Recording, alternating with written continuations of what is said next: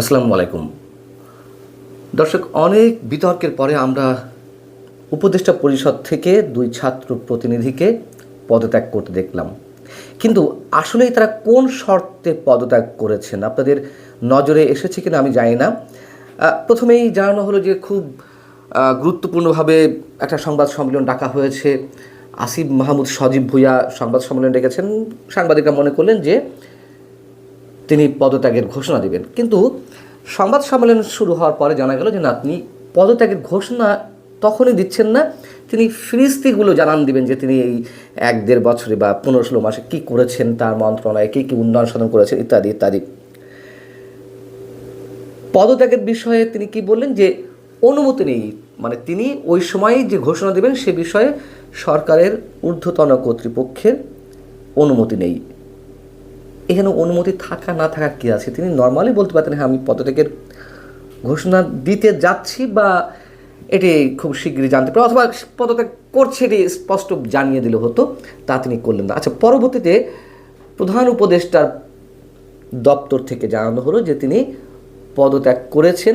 একই সঙ্গে তথ্য বিষয়ক উপদেষ্টা মাহফুজ আলম, দুজন পদত্যাগ করেছেন। কিন্তু পদত্যাগের শর্ত হিসেবে কি বলা আছে? তফসিল ঘোষণার সঙ্গে সঙ্গে এই পদত্যাগপত্র কার্যকর হবে। অর্থাৎ কি, তফসিল ঘোষণা না হলে তাদের পদত্যাগপত্র কার্যকর হবে না? মানে আমার না মাথায় এটি ঢুকছে না, মানে এর মধ্যে কি গৃহ রহস্য থাকতে পারে। যেহেতু বৃহস্পতিবার তফসিল ঘোষণার কথা রয়েছে বা হবে আমরা জানি, তার একদিন আগে তাদের পদত্যাগের কথা বলা হচ্ছে। তো পদত্যাগ যদি করেই থাকে, এই একদিনে কি আসে যায়? কেন এর সাথে শর্ত জুড়ে দিতে হবে? আমরা জানি না যে আসলে কোথায় কী হচ্ছে। অথবা স্পেসিফিক্যালি বললে হতো যে 12ই ডিসেম্বর তারা অফিস করে পদত্যাগ করে সসম্মানে বিদায় নেবেন। তাও তো না, তফসিলের সঙ্গে শর্ত জুড়ে দেওয়া হলো। এবং একই সঙ্গে আসিফ মাহমুদ সজীব কি সুন্দরভাবে বললেন, মানে সব আইন কানুন তাদের হাতে। যখন বলা হলো যে নির্বাচন করছেন কিনা বা পদত্যাগের বিষয়টা কি, তিনি উত্তরে কি বলেন, যদিও আইনগত কোনো বাধ্যবাধকতা এক্ষেত্রে নেই। অর্থাৎ তিনি বলতে চাচ্ছেন যে উপদেষ্টা পদের থেকেও নির্বাচন নাকি করা যায়। কি ভয়ঙ্কর কথা! যেখানে মন্ত্রী পরিষদে যারা থাকেন বা সংসদস্য অবস্থায়, তারা নির্বাচনী প্রচারণা চালাতে পারেন না অন্যের ক্ষেত্রে, নিজের ক্ষেত্রে তো দূরের কথা, মানে নিজের প্রার্থী হলে তাদেরকে ওই পদগুলো থেকে সরে আসতে হয়। সেখানে তিনি মনে হচ্ছে যে দয়াবশত পদত্যাগ করছেন। সম্পদের হিসাব জমা দিয়েছেন, কার কাছে জমা দিয়েছেন? প্রধান উপদেষ্টার কাছে। কি জমা দিয়েছেন সেটা আদৌ মানুষ জানতে পারবে? পাবলিক করা হবে কখনো? এর আগে তো আমরা জানি নাহিদ ইসলামও যখন পদত্যাগ করলেন তার দপ্তর থেকে, তিনি নাকি বিশাল সততার সঙ্গে একটি পদত্যাগ মানে সম্পদের হিসাব জমা দিয়েছেন। কোথায় সে হিসাব? প্রকাশ করেন না কেন? কে চ্যালেঞ্জ করবে এটাকে? চ্যালেঞ্জ করার জন্য অসংখ্য মানুষ আছে, সেই চ্যালেঞ্জ গ্রহণ করবে কে? আসিফ মাহমুদ সজীব ভুঁইয়াও সম্পদের হিসেব জমা দিয়েছেন। কি সৎ সাধুনায় সাজলেন। তার এপিএসের দুর্নীতি নিয়ে কি হয়েছে? দুদক তদন্ত করেছে তো, তারপরে কি পাওয়া গেল? সেসব বিষয়ে তো কিছু জানা যায়নি। আসিফ মাহমুদ সজীব ভুঁইয়ার যে অস্ত্র ছিল AK-47 ম্যাগাজিন পাওয়া গিয়েছিল বিমানবন্দরে, তখন তিনি কি বলেছিলেন যে তার নিরাপত্তার জন্য এটি নেওয়া হয়েছে। সেই অস্ত্র কোথায়? এখন তো তিনি আর উপদেষ্টা নেই। সেই অস্ত্রের হিসাব কার কাছ থেকে নেওয়া হবে? কে নেবে?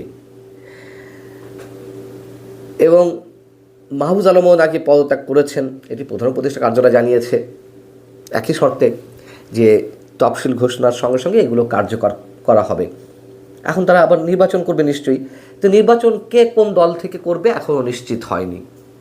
মানে ডিসেম্বর, জানুয়ারি, ফেব্রুয়ারি আছে 2 মাসের মতন নির্বাচনের, যদি হয় আর কি। এখন বিষয় হচ্ছে যে আসিফ মাহমুদ সজীব ভুঁইয়ার সঙ্গে এনসিপির যোগাযোগ আছে, দূরত্বও আছে। তারা তো বলতে গেলে এনসিপির হয়ে গিয়েছিল, যদিও তখন এনসিপি গঠন হয়নি। তারপরেও তো আমরা জানি যে এনসিপির সাথে কী যোগাযোগ ছিল। শোনা যাচ্ছে যে তাকে নাকি বড় কোনো পদ দেওয়া সম্ভব হচ্ছে না, এই জন্য তিনি সেখানে জয়েন করছেন না। শোনা যাচ্ছে যে তিনি গণ অধিকার পরিষদে আবার ফিরে যাবেন। গণ অধিকার পরিষদের সাধারণ সম্পাদক সে জানিয়েছেন যে তাকে যোগ্যতম স্থান দেওয়া হবে। আবার অনেকে ট্রল করছেন যে রাশেদ খানকে বিদায় দিয়ে বোধহয় ওই পদে সাধারণ সম্পাদক পদে আসিফ মাহমুদ সজীব ভুঁইয়াকে নেওয়া হবে।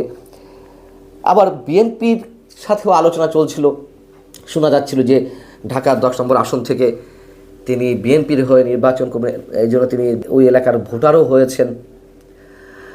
মানে এলাহি কাণ্ড কারখানা সব। এবং গণ অধিকার পরিষদ মুখে আছে আসিফ মাহমুদকে নেওয়ার জন্য, যে কোনো মূল্য তাকে নেওয়া হবে। কি আছে এদের ভিতরে? আসিফ মাহমুদ সজীব ভুঁইয়ার তহবিলে কি আছে? কি সেই জাদু? শেষমেশ বিএনপি থেকে নমিনেশন পায়নি, মানে নিশ্চয়তা পায়নি। আমরা তাহলে কি ধরে নেব? খেলাগুলো আসলে কোথায়? এই যে গণ অধিকার পরিষদ কিংবা বিএনপিতে যাওয়া আসিফ মাহমুদ কিংবা মাহবুজ আলম কোত্থেকে নির্বাচন করবে এটাও নিশ্চিত হয়নি। তারা কি আসলে কোনো বিশেষ শক্তির এজেন্ট হয়ে বিভিন্ন দলে ঢোকার চেষ্টা করছে, নাকি দলগুলো বিশেষ কারণে তাদের উপরে নির্ভর করছে? আমরা তো জানি যে এরা এনসিপির প্রতিনিধিত্ব করছে, খুব সহজভাবে বললে সেই এনসিপিতে ওদের জায়গা হচ্ছে না, এটা কি মেনে নেওয়ার মতন? খেলা এখনো বাকি আছে, অনেক ধরনের খেলা, যেগুলো আমরা কল্পনাও আনতে পারছি না। এবং এই যে পদত্যাগপত্র জমা দেওয়া কিংবা সম্পদের হিসাব দেওয়া, এগুলো যে স্রেফ নাটকের অংশ হিসেবে এগুলো হচ্ছে, এগুলো বোঝার কারো বাকি থাকে না।